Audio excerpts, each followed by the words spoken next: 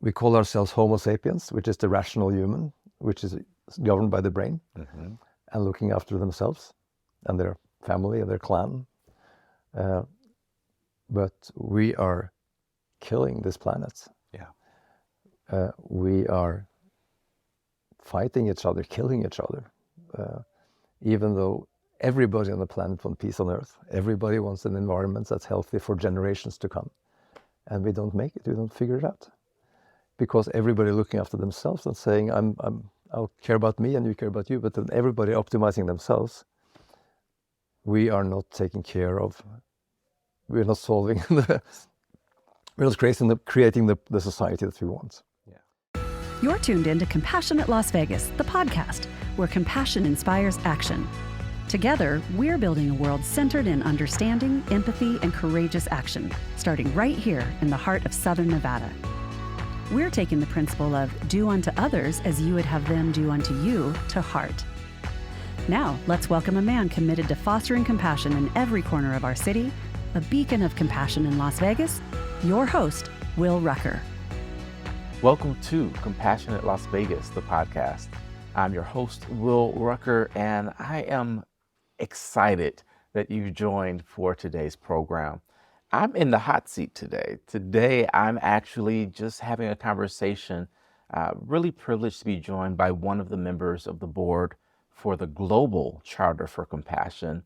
And he's in town here for our retreat and said, hey, I want to talk. And I said, can I capture this on film? And he was gracious enough to do so. So if you would just introduce yourself and we'll get back to talking. Okay. Yep. I am Will Kjörrefjord. I'm from Norway. I live in Sweden. I have spent 6 years of my life in the US. And I made a big transition in my life 7 years ago.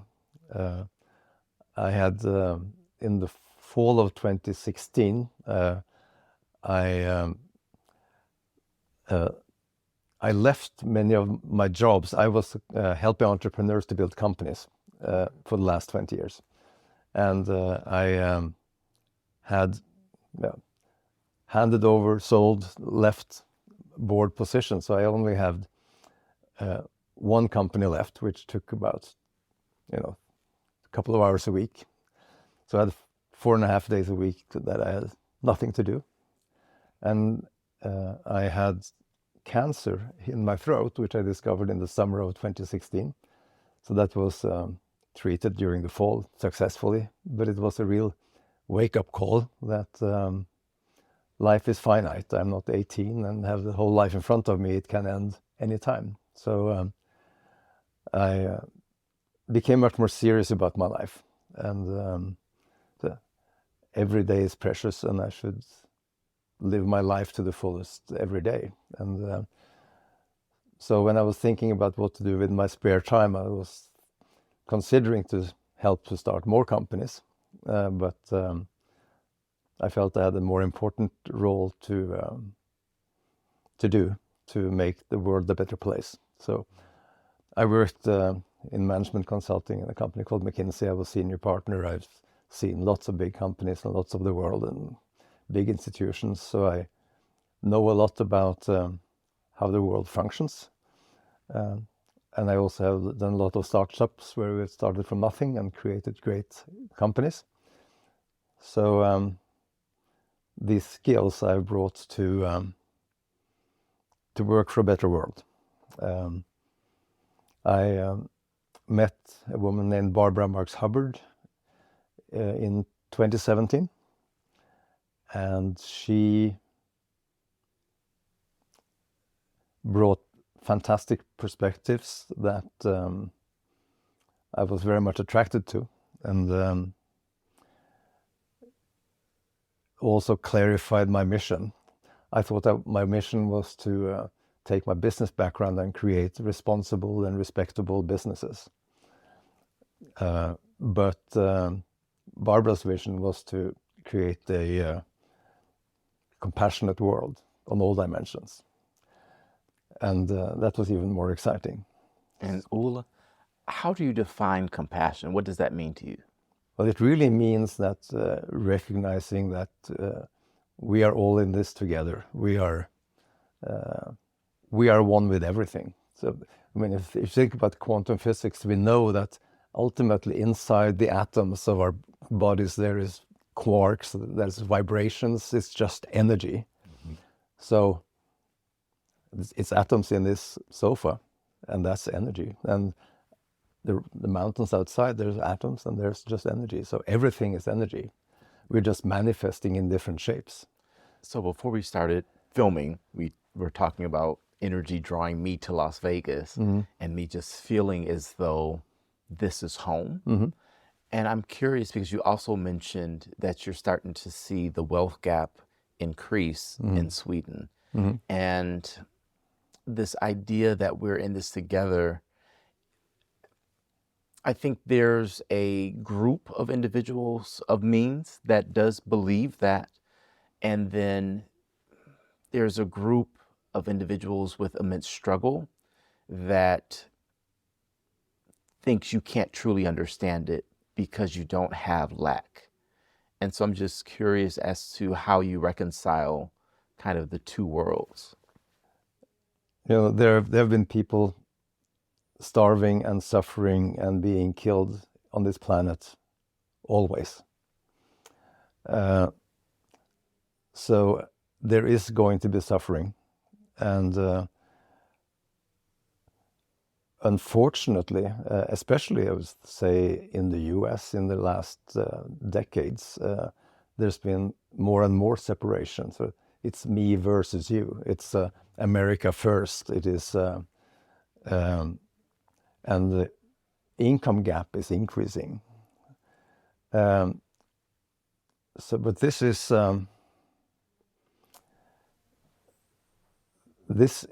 just a global reality that we have had in the world forever, and it's I think that it's an opportunity now to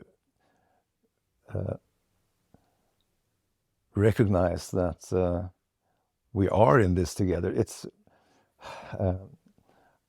I was at a presentation yesterday with people living in the tunnels in Las Vegas, and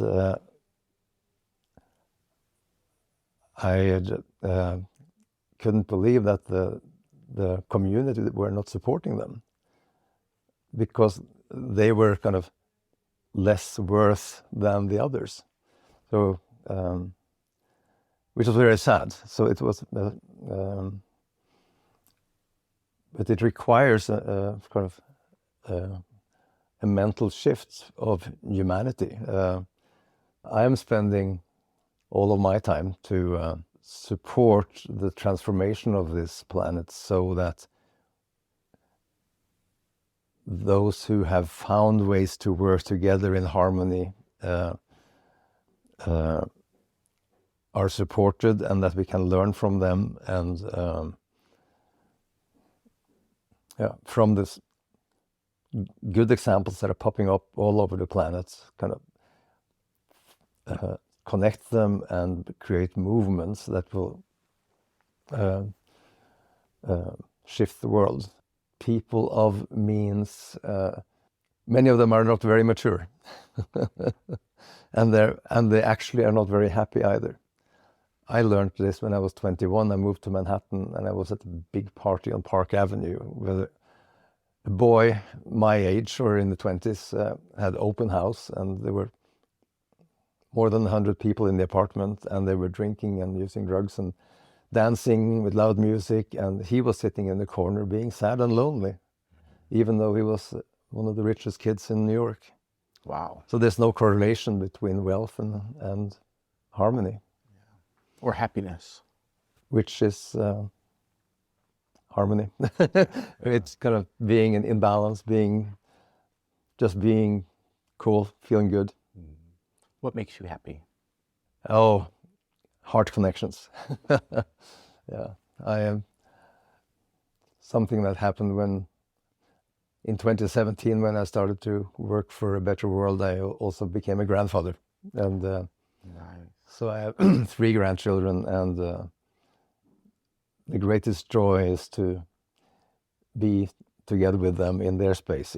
I call them my gurus, because we can just be in the bubble and play with whatever we're doing, and it doesn't matter what's happening anywhere else. So that's what gives me the greatest joy, actually, my grandchildren. Yeah, my grandparents often say something similar, and it's amazing. I was doing a talk earlier today about self-compassion and to college students, and mentioning that it's really our relationships that bring us true fulfillment.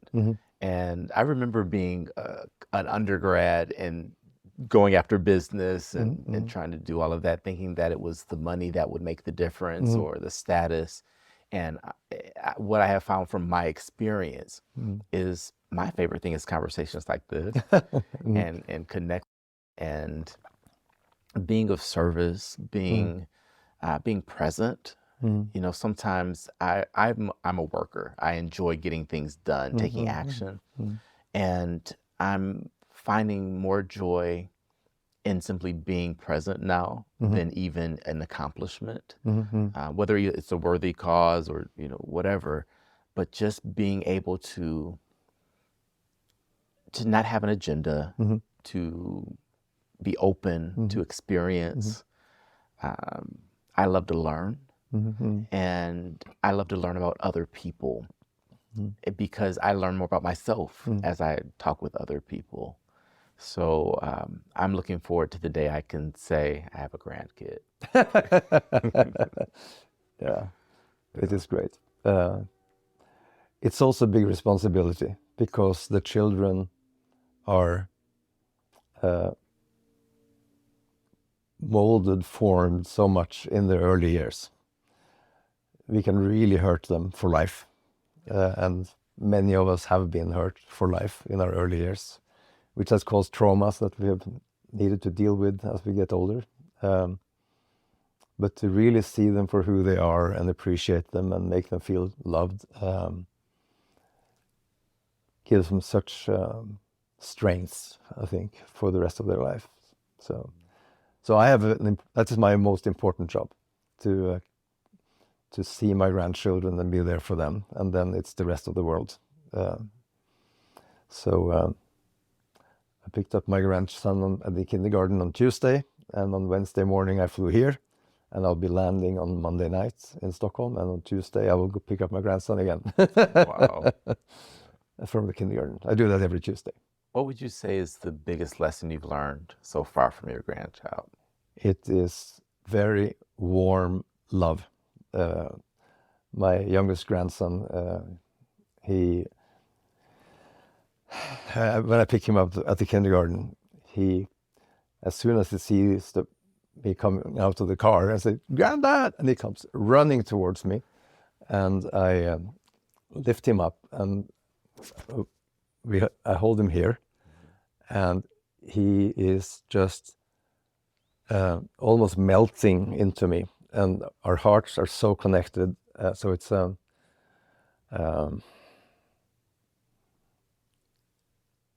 that is really feeling like we are one or in unity, and we give each other so much love. So that is the greatest joy in my life, is the times when I'm lifting up my grandson and he hugs me and I hold him. I mean, I can feel that from you as you talk about it. One of the things that I do in meditation is called resourcing. And you think of a person or a place or an experience that brings you exactly what you're talking about. And you recall that in moments of stress or just as a start of your day to kick you off on the right foot. So that's a beautiful resource. And it doesn't even have to be real. Like, yours is a real experience. But I think anyone, through the story you just told, can use that as a resource for themselves. So, now, you said you wanted to get to know me a little bit, so I want to be respectful of that. And I'm actually quite honored. I'm curious as to what you want to know. Yeah. What are you doing now? How do you spend your week? Oh, wow. So That's a big question. It really varies. Like, so my 9 to 5, my day job, so to speak, is with one of our healthcare providers here in Las Vegas, and I'm the director of community health. So what that means is the community is my patient. I'm not a licensed medical professional or anything. Married to a nurse, my uncle's a doctor, so we have those in the family. But for me, it's community health. And what does that look like? So social determinants of health. Are people eating? Are they housed? Is education happening? That sort of things. And so we work with volunteers in medicine, and we've done some funding for them, and we've offered programming and things of that nature. But it sounds like you're taking a very holistic perspective of the community health. Absolutely, yeah. And so, I mean, we have 67 clinics and a number of physicians and all of that in town. But my role really is that holistic piece. And I kind of get in trouble for saying it sometimes, but my job is really to keep people out of the clinics. Sure. Because we want them healthy. Yeah. So that's my day job. And I love it, and which is something I'm really honored and privileged to say. Like, I don't have to disconnect from work because it's something that truly brings me fulfillment and joy. And in addition to that, I get to work with Compassionate Las Vegas. And so I have a number of roles, the podcast, of course, being one. But I also get to serve as a coach for our cohort. And so Compassionate Las Vegas brings together 30 or so leaders in the community to provide really connection. We frame it as you're going to get professional development and leadership skills and all of that. And they get all of that. Like, we do the programming. I think our workshops are second to none. And the real magic that happens is people that wouldn't ordinarily get to talk to each other, talk to each other. Yeah. And, you know, there's tension, there's disagreement, there's all that. And then at the end of the day, they're like, wow, I connected with someone and we have a real authentic relationship now. So I get to do that. I also am a wedding officiant. Right. And so one of my dreams as a kid was to have a show on the Las Vegas Strip. I still plan to do that. But until that happens, right now I actually get to do weddings on the pirate ship at Treasure Island. So I have my own little show where people stop and see. It's the couple's wedding, but I'm the star, right? So that's a ton of fun. I'm in school, so I'm working on my PhD in public health. And my focus area is compassion. And I want to see how that actually improves health outcomes on a community level. What I've seen is our history is causing us to cause history to repeat itself. And what I mean by that is there's a level of distrust among medical professionals, particularly in minority communities, where they won't get the healthcare that they need because they're skeptical or because there's cultural who is difference. skeptical? The minority communities. The community members, not the professionals. Right. Well, you actually have some on both sides, which is fascinating to me, particularly around the vaccine that was released for COVID. There was a lot of confusion around how vaccines work because medical professionals are trained in medicine, not necessarily in health promotion or prevention. And so how a vaccine is developed isn't necessarily part of a medical doctor's training. So there's confusion around that too. But yeah, so I get to do the weddings. What else do I do? Okay, that's cool. Okay. I think that's enough. So yeah, you missed a big important part of our discussion today. I have a vision, which has been maturing for 6 years. I started working with Barbara Max Hubbard 6 years ago, closely, and she was a real visionary, very great inspiration for lots of leading people, also spiritual people. She started her mission in 1953 when she met with President Eisenhower. Wow. Yeah, she was born in 1939. Is that right? 1929. 1929. Yeah, she died 2019. just before she was turning 90. But her father was an immigrant from, I think, Hungary before the Second World War. And he was very successful, and he was the sponsor of the presidential campaign for Eisenhower, and the whole family were invited to the White House. And Barbara, who then was in her 20s, asked Eisenhower, we're making so many powerful inventions as humanity, you know, the nuclear bomb and radar and all kinds of technological breakthroughs and jet engine. And so she asked, what is the benefit to humanity? What is the good purpose of all of these inventions for humanity? And Eisenhower couldn't answer that. He said, I don't know. It was mostly used for military purpose, you know. And she said she was determined to find out why. And she studied evolution, she studied all religions, and developed a fantastic perspective, summarizing it as evolution ever since the beginning of times, 13.8 billion years ago, has been that we have evolved into greater units, more complex units. So it started with the energy of the quarks, which became atoms, atoms became molecules, molecules became organisms, and eventually animals, and eventually humans. But every kind of evolutionary stage reaches its peak, where it's no longer functional, and then you need to take the next step. So we call ourselves Homo sapiens, which is the rational human, which is governed by the brain, and looking after themselves and their family and their clan.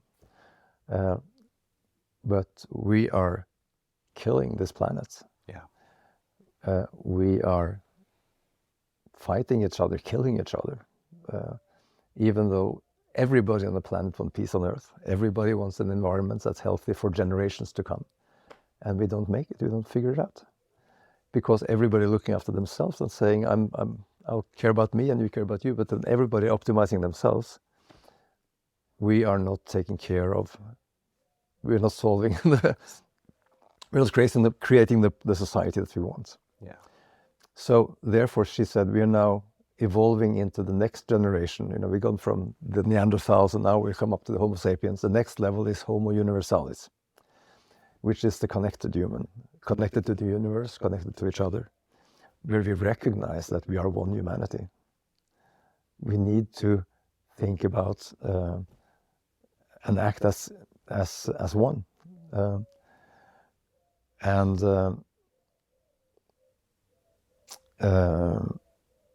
That is starting to happen in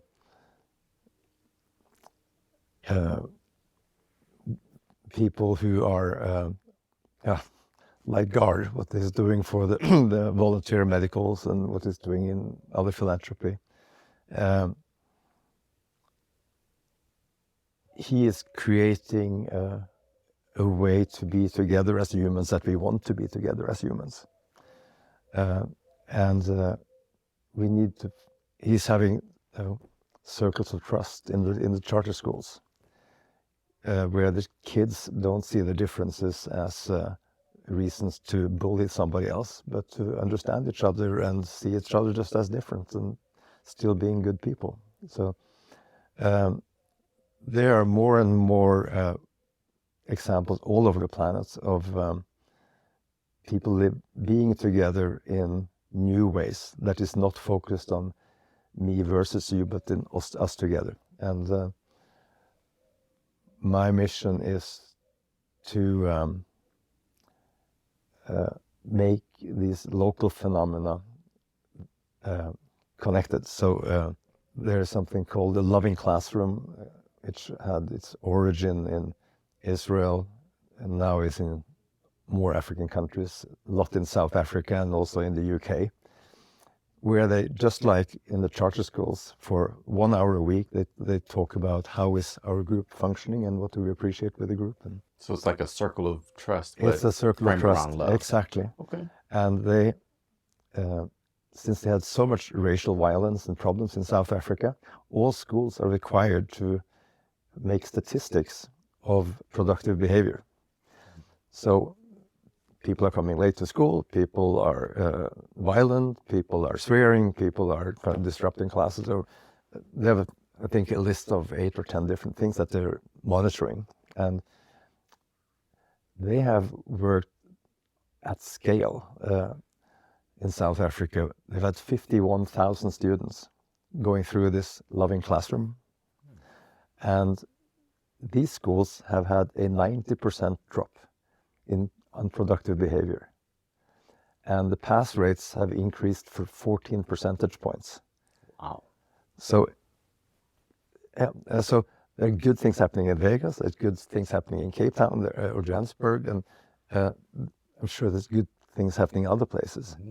And if these people who are seeing these insights can work together to kind of create some best practice and inspire each other and have some common learnings, and then start to invite others who are intrigued about what they're doing to learn from them, we can take these new practices from local phenomena to become global movements in all dimensions of society. So, which is kind of unifying humanity. That's what they're doing. They're not bullying the other students, and they're not mistreating themselves either. They're kind of learning self-compassion, and they're learning compassion for others. So there are many transformative practices that are starting to happen in the world, and that's where we should go all the way to say we're in this together and we'll fix it together. Yeah, I'm really excited about what you just shared. Mm. When I began my church here in Vegas, it was one name. Mm. And through the experience I had with members, the folks that came to volunteer, it disrupted my paradigm on what a ministry looked like. Mm-hmm. And so we changed our name to The Intersection. Mm-hmm. And we were the place where life meets, mm-hmm. because that unified humanity mm-hmm. is really what I was seeking to promote. Mm-hmm. And we were a very diverse congregation. Mm-hmm. We had very seasoned individuals, very young, every ethnicity, every gender and gender expression. And it was 2 hours a week where I felt like this is what the world could be like. Exactly. And I still reflect on those times with awe, mm-hmm. because I wish the world could experience that, because I think, and I don't want to discount differences, because you and I are very different, right? Mm-hmm. Sure. And we're so much more alike mm-hmm. than our differences might suggest. Mm-hmm. And I think our differences are what make us interesting mm-hmm. versus what pulls us apart. Mm-hmm. And so everything you said lights up my heart because I do see that happening. Mm-hmm. And I look at us as, I think we're more like bees and ants than we care to admit, mm-hmm. Because we do have roles. Mm-hmm. And when I even look at something like a hierarchy, mm-hmm. I think a hierarchy is a low-level model of what mm-hmm. it's trying to express what we really are, mm-hmm. because our ears don't try to be our fingers, right, or we'd be pretty messed up. Mm-hmm. And I think that's what we have to start to appreciate mm-hmm. is everyone has a part to play. Sure. And that part is absolutely as valuable as every other part. Mm-hmm. I could go on and on, but I just wanted to share. I'm really, really fascinated by that. I'll share. When I was in the circle of trust, we discovered our own method of circles of trust. We were 88 people, and we started to say, so why are you on earth? What is the purpose of your life now? So we spent an hour and a half with each person on Zoom, where the person talked about their background and what they had learned in their life and what they're excited about and which gifts they thought they had to offer to the world, and therefore what they want to pursue going forward as their gift to humanity or to the universe. And in my old career in the business world, many of these people would have been very strange. One was educated typesetter and was designing fonts. One came from Russia and was a specialist in old Russian languages and Shakespeare. Very strange girl in my own old view, and I wouldn't have spent much time with them. But when I spent an hour and a half with them and they explained how their life had evolved and how they saw their mission, suddenly I could see the world through their eyes. So I became a much bigger person. I could see, like another person next to me, see the world through their eyes. And what I discovered is that everybody are deep inside beautiful people. So ever since we went through this process together, whenever I meet people on the streets or in a bus or in the supermarket, or people are tired, people don't make eye contact, but I can see behind the people's eyes that there is a beautiful diamond inside this beautiful child which has been beaten and disturbed through life and become a tired, frustrated person. But there is this heart energy in every person. And so when you say that you and I are different, yes, we are. But there is the same diamond inside both of us, the same warm heart energy in both of us, in all of us, every person, even I think about Donald Trump as a very poor 5-year-old boy who is still looking for love and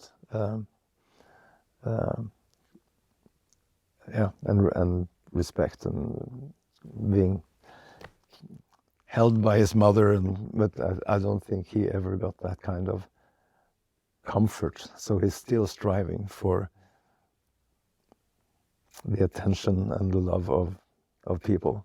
My heart breaks in so many ways for him. Of course, I would not want him to be a leader of anything. No. And with that being said, though, his humanity, I think, has been lost in kind of the show of being Donald. And what I'm about to say, I don't mean it pridefully, but to the question you ask in that circle, like, what am I here for? My initial thought was, I'm here because I'm a gift. Just my presence, that's what I'm here for. I know that at the intellectual level, I don't quite yet believe it in my day-to-day, but I think that if more people understood that simply being is enough, we'd have less people behaving like Donald Trump. I went through, and as have many of us my age, gone through some deep insights, come through some deep insights in our lives. So I was, I think in Scandinavia, talk about kind of the midlife crisis, and you're kind of hitting the wall and run. I've had 3 midlife crises already, so yeah. Just kidding. So when I was 36 and 37, I had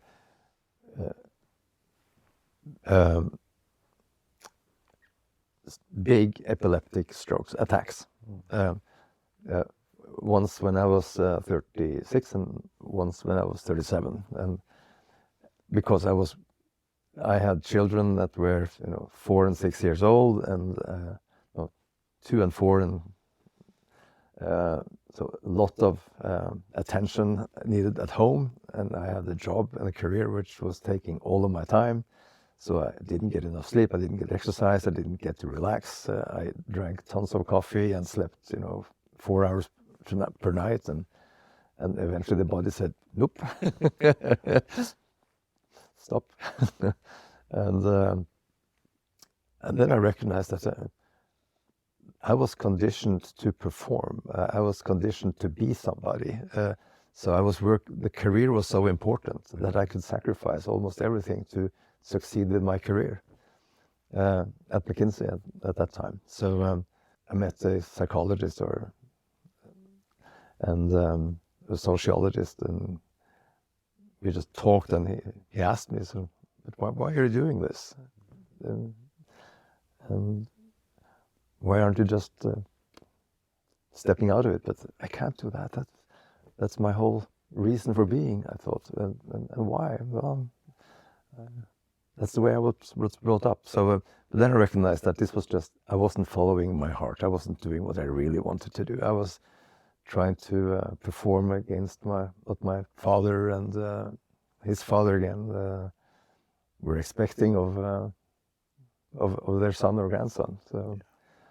So I said, now I have to do what I want to do. So I quit my job and started to work with a lot with leadership development first, because I had grown as a person, so I could try to help others. But then also, much more fun was to help young entrepreneurs who had great ideas, lots of energy, and be their mentor. So that's what I did for 20 years.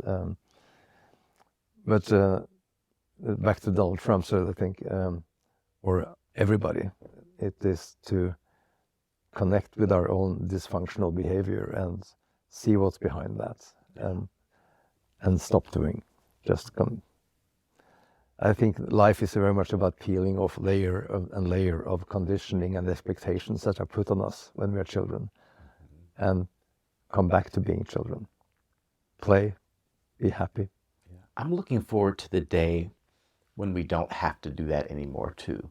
I think that the world is shifting, kind of this unified human you're talking about. I think that we collectively are starting to recognize that what we're doing isn't working. Mm-hmm. It's not sustainable. Mm-hmm. And as I look at how I want to parent my future children, I think that I'm more aware than my parents were, and more aware than their parents before them. Sure. So hopefully my kids will spend less on therapy than I have to. Yep. But I also wonder if we're going to, with the advent of AI and robotics becoming more human and being able to do more of the functions that we've typically only been able to do, if we will evolve to the place where people can truly follow their hearts, or are we just going to end up in this dystopian world where you have the very few that are doing very, very well, and then everyone else, it's like Hunger Games, are just fighting each other. And I was at McDonald's earlier, and I had to basically search for an employee because everything, you just click the menu, and I couldn't figure out how to substitute what I wanted for my meal, so I had to find a human to do it. Yeah. And I mean, that's the reality. I don't think we need 30 people working at McDonald's per shift anymore, because we have technology that can take the orders. Sure. Here in Las Vegas, I don't think I've seen a check-in person in 5 years, because there's an app. I just check in my hotel on my app. So a lot of this labor that we've worked so hard to create, I don't think is necessary. Right. But I am deeply concerned that our consciousness will not allow us to make the adaptations necessary for us to continue to, at a minimum, survive, let alone thrive in the new world. So I'm curious. Well, that was Barbara's question to Eisenhower. So are we using this technology to create a dystopian world? Or is it a blessing for all of humanity? And so how do you see it? Which way do you see us heading, and how can we get to the way we want to go? Well, we are at a tipping point, and it's becoming more and more extreme on the one side, but on the other side, there's also more and more people who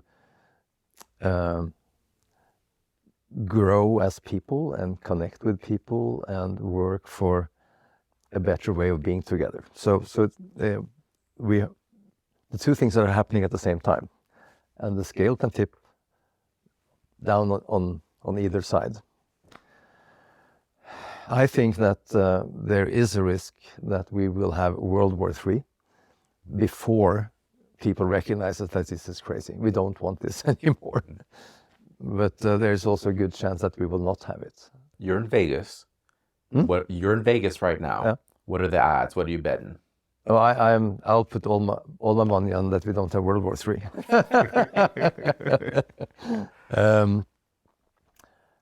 But I'm thinking about the Russia invading Ukraine and the recurring conflicts in Palestine. They are just appetizers for something that's much bigger, because the real power struggle is between the US and China. We have had shifts in global powers many times.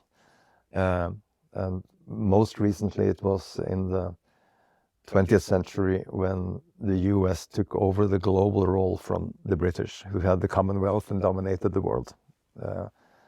But the productivity and ingenuity and hardworking Americans created greater wealth and greater innovations and became the dominant power especially after the Second World War.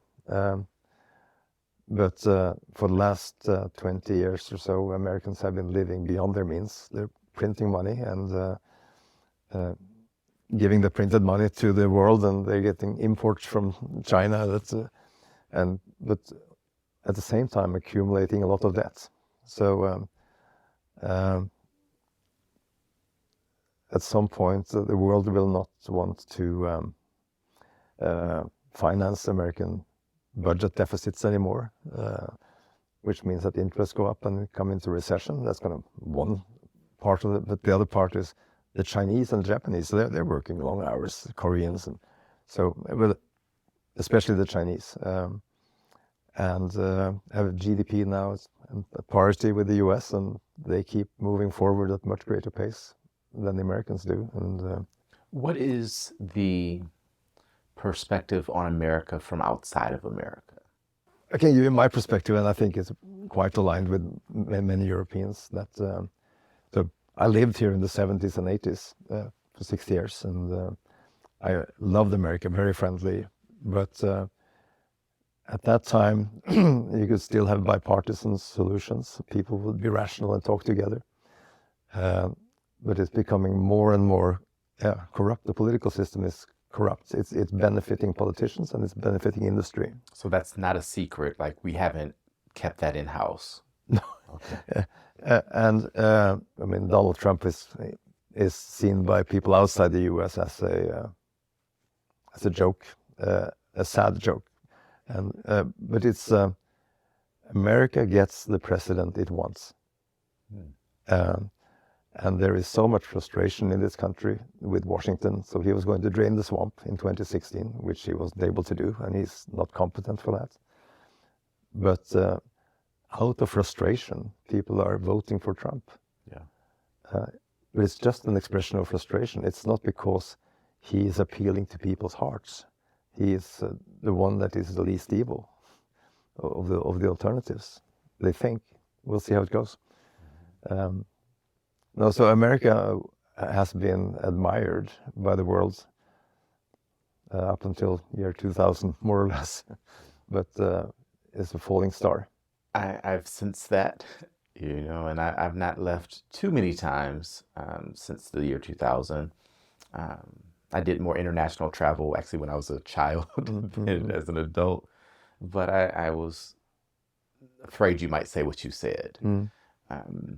On our previous season, we had a political candidate by the name of Marianne Williamson. Oh, you talked with her? Oh, yeah. She was our highest rated program last season. I can understand that. Yeah.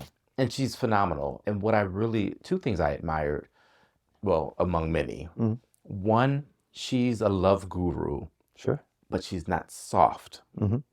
And she's not backing down. It's not like, oh, well, I love you, so it's fine. No, it wasn't that. It's like, love is going to make some correction and provide some justice. So I really appreciated that about her. And secondly, she was just so well studied on so many issues. I could throw anything at her, and she had a well thought out, holistic response to it. And with that said, she came in with, I think it was 3,000 votes or something for our state. It was really sad.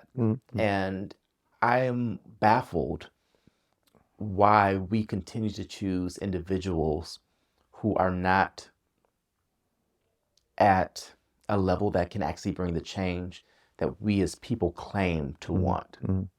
I could see her polarizing us in a very positive way. I could see her as kind of a catalyst for true transformation because she would have that platform as president, but she'll not get that because not enough people support it. Right. So I just wonder kind of your thoughts. Is that an international trend as well, or is that an American thing? That you have Marianne Williamson who doesn't rise, or? Yeah, that you have someone that is, it is almost as if someone wrote them to be the answer to the prayer that we are praying, and then we reject them. It is very much an American situation, because in most democracies in the world, you have many more political parties. Very true. Which means that you have a gravity towards the center.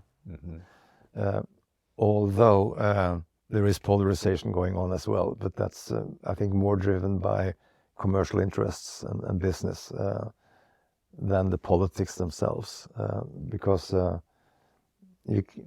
it's not possible to buy politicians like the way it is here, because you essentially only have two parties, and also because it is a big commercial game, the whole election. Lots of money in advertising and commercials and campaigns. It becomes the money that determines the outcome, and Marianne Williamson doesn't get nearly the same funding as Biden and Trump. So, not to go on my soapbox too much, I wonder if we spent the amount of money we spend on our elections, on our healthcare system, how far along we would be, or on our education system, or on providing housing, or on providing loving schools. And the list goes on, but it's, I ran a campaign, and what I raised for my campaign, I was like, well, if you all had been giving this much to my church, we would have the whole city. So yeah, I just share that because it's a frustration, the amount of money in our political system. The ones who are putting up the money are getting return on the money. Yeah.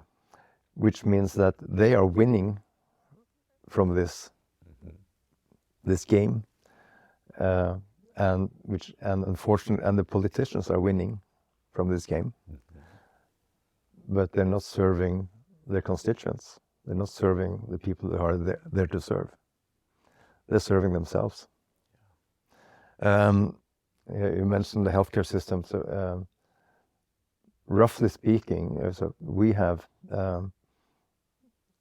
half the healthcare costs of the US per capita, but we have better healthcare per capita, because there is so much commercial interest from healthcare providers, from insurance companies, from pharmaceutical companies, from lawyers that are not delivering medical solutions. They're just parasites in the system that have been allowed by legislation. Gard was telling me that now over lunch that his wife, who has been a midwife for decades, she needs approval before she can treat a patient or help with a birth. Yeah. So, who is qualified to challenge her, the most experienced midwife in the country? I hear that from Florence. I hear that from my uncle. Yeah. My husband is a nurse, and he talks about some things that, like a wheelchair, like this person has no legs, and the insurance company will deny them the wheelchair. They're not. They don't need it. How does an insurance company tell someone they don't need a wheelchair? That's a real story. Yeah. Who has created the legislation to give them that power? Yeah. Which adds negative value. Okay, I've got one more question because I think I've kept you long enough.